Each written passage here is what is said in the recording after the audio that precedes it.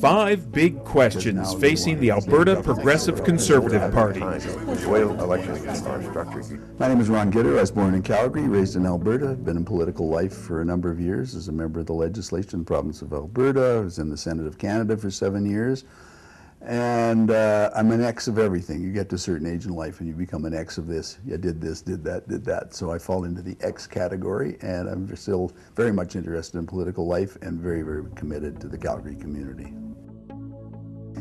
Frankly, I don't think a lot, really. I can't see an alternative, really, to them. So I don't think that no matter who they elect, that they're going to get in a situation where they're going to lose the government. So I don't think that that is a risk for them, because conservatism is so ingrained in Alberta back from Aberhart in 1935 right through. We've always had some type of a conservative government. It's just been a case of to what degree. So you look in terms of who really is the threat to the Conservative Party. You can't get complacent, but nevertheless, and the Wild Rose is out there. The worst thing that happened to the Wild Rose Party was Premier Stelmach's resignation, because that was what was going for them. And whether he deserved his unpopularity or not, the fact is it was out there. Now that they've got a new leader to deal with, then I would assess that that's very harmful to the Wild Rose Party. So it's a result. What is the risk? I suppose it's more a risk to Albertans. The risk to Albertans is we don't get good government. We don't get government that people relate to. We get a continuation of what we've had, which I think has not been good government. And as a result, so the risk isn't so much to the party, oddly enough. The risk, I think, is to the people of Alberta, who I think are craving good, strong, efficient, talented, competent government. And generally speaking, I don't think they've had that for the last number of years. Well, I think what's going to happen is you're going to get these divisions within the party. You're going to have the old right-left stuff, and you can see that happening with some of the candidates that are coming forward. You're going to get the north-south divide. We've always had that, and particularly in attitudes in Edmonton, more so than Calgary. Edmonton has always felt that they've been shortchanged from the point of view of the leadership in the party, and it goes back maybe because when Premier Lougheed was there, he was always looked upon as being a Calgary guy, even though I remember in caucus we worked so hard to make sure that Northern Alberta got the same divisions of the pie, so to speak, as the South. It's still there, and it was there in the Stelmach election, Northern Alberta versus Southern Alberta. We can't have Dinning because he's from Southern Alberta. That was there. It will be there again. So you're going to have these divisions. You're going to have right-left. You may have Morton on one side of the right. You'll have the, quote, progressive conservatives coming forward, probably, with Alison Redford and Horner and the like, who are going to be the more middle-of-the-road type conservatives, which is where I live. And then you're going to have the north-south divide. So within the party, I can see those divisions starting to come about.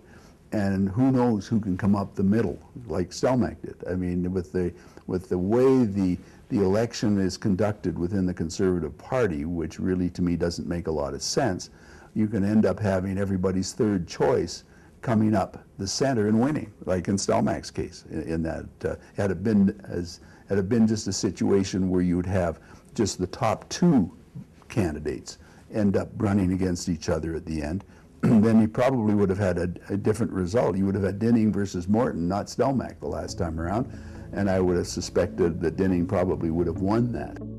It's probably too early to tell on that basis. Some would say it's Morton's race to lose because he's the first out and the most ambitious in a sense, and probably at this point in time the best organized, because he's always been organizing, as I understand it. But it's still too early to tell. Sometimes you don't want to be the front runner. Everyone attacks the front runner, and you better not to be the front runner. So the common view would be that it is Mr. Morton's to lose. I think it's too early to tell.